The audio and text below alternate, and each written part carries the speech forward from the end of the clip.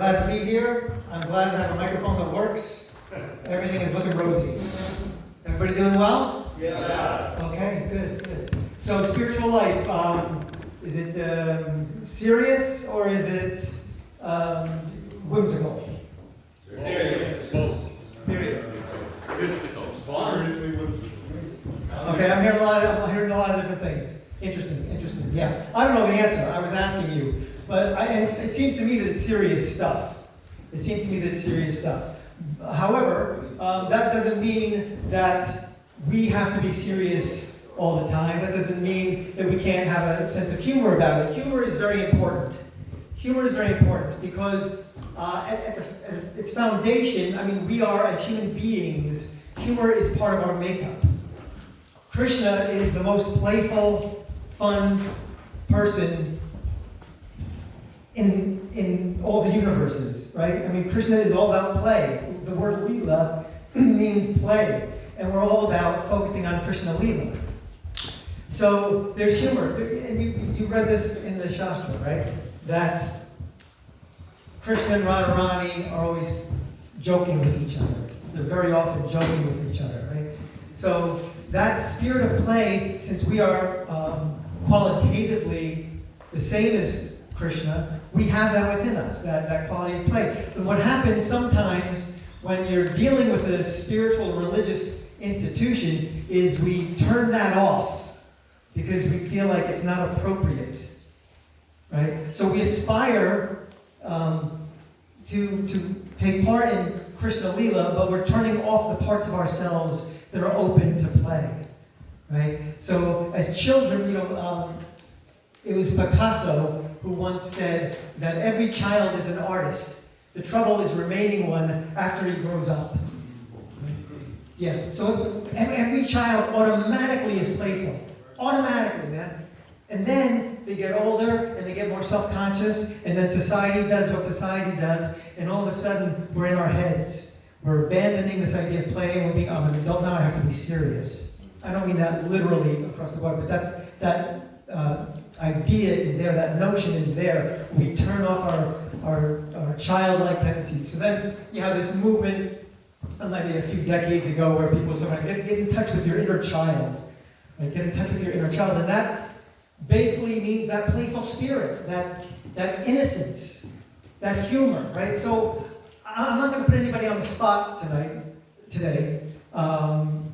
So I don't want to get the wrong idea for what I said. I did ask to get the camera turned off because I just don't want anybody to be worried about that. I want us to try to let down our guards. Shri Prabhu, I really appreciated your Bhagavatam class today. It was wonderful. And it was also, you touched on many things that I was going to also mention. It was great for what it was, and it also acted as a sort of lead into this. Because the idea of humor being a part of our humanity is there, right? And we're going to try to bring that out. So if you're ever in a work environment where there's been entertainment, I've done shows in the corporate world, and I've done workshops for corporations, and it's really an interesting dynamic, man, because nobody laughs, everybody looks at the boss. If the boss is laughing, then they laugh. Because of fear, right? Is it appropriate to laugh at this?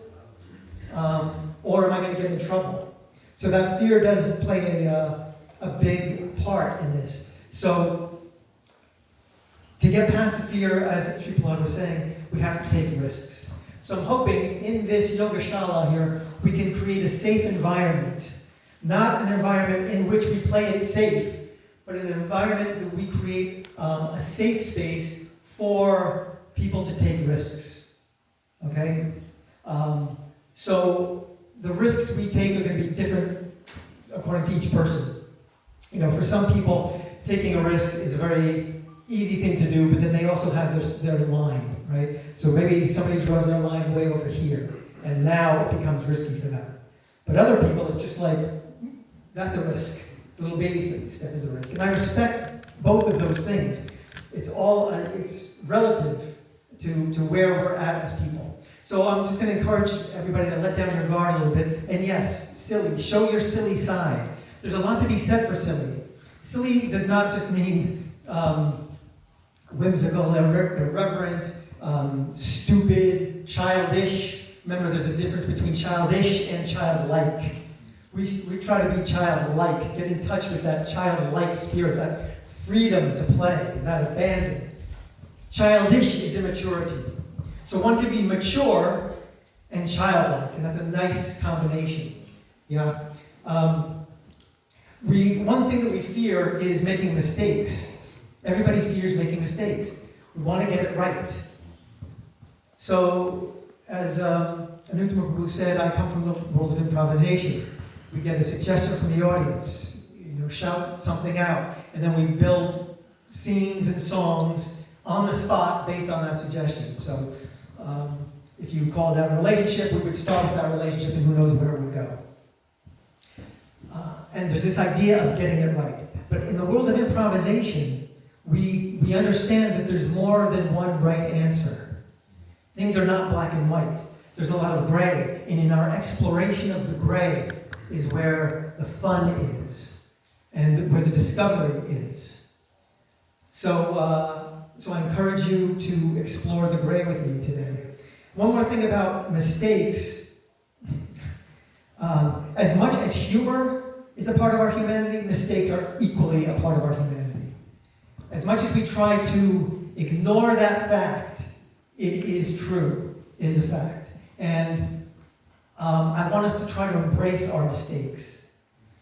In improvisation, we actually have this credo that says there are no mistakes.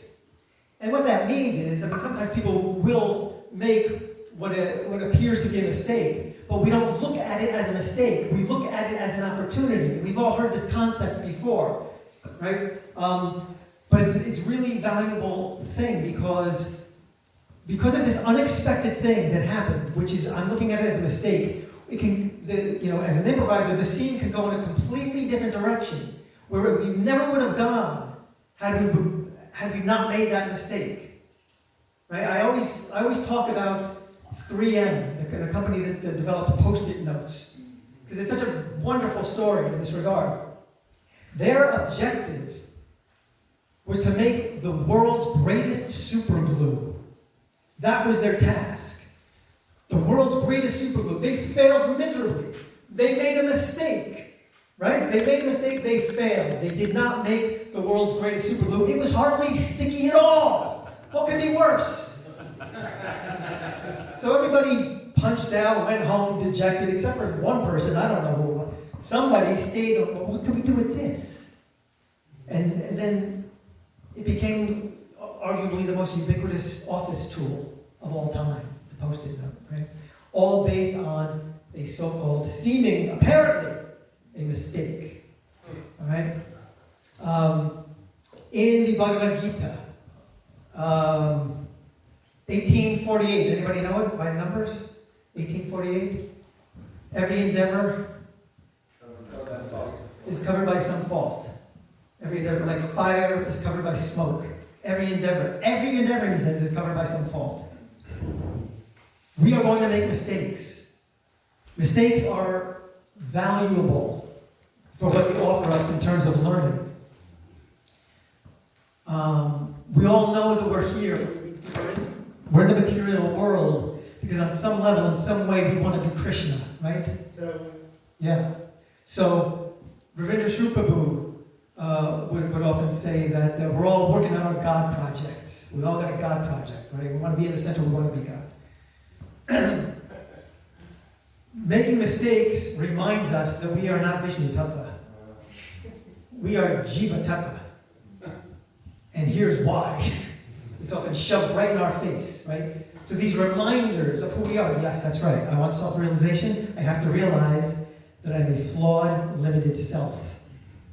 Yeah. So mistakes are...